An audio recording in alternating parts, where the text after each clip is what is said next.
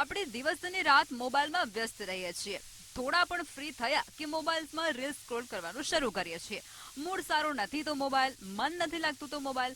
પણ આપણું જીવન જાણે મોબાઈલમાં જ સીમિત થઈ ગયું હોય તેવું લાગે છે. પરંતુ શું મોબાઈલનો વધુ પડતો ઉપયોગ કેન્સરનું કારણ બની શકે છે? તો આપણે જણાવી દઈએ કે WHO એક રિપોર્ટ અનુસાર મોબાઈલ ફોનના ઉપયોગથી બ્રેન કેન્સર નથી થતું. જી હા, દુનિયાભરમાં અનેક લોકોએ વાયરલેસ ટેકનોલોજીનો ઉપયોગ કર્યો છે, પરંતુ મગજના કેન્સરના કેસ નથી વધ્યા. આ વાત એવા લોકો ઉપર પણ લાગુ થાય છે જે લાંબા સમય સુધી ફોન પર વાત કરે છે અથવા તો 10 વર્ષથી વધુ સમયથી મોબાઈલ ફોનનો ઉપયોગ કરે છે. છેલ્લા રિપોર્ટમાં 1994 થી 2022 વચ્ચે થયેલા 63 રિસર્ચ સામે આવ્યા હતા, જેનું મૂલ્યાંકન 10 દેશના 11 રિસર્ચર્સે કર્યું છે. આ રિસર્ચમાં મોબાઈલ ફોનની સાથે ટીવી, બેબી મોનિટર અને રડારનો સમાવેશ થાય છે.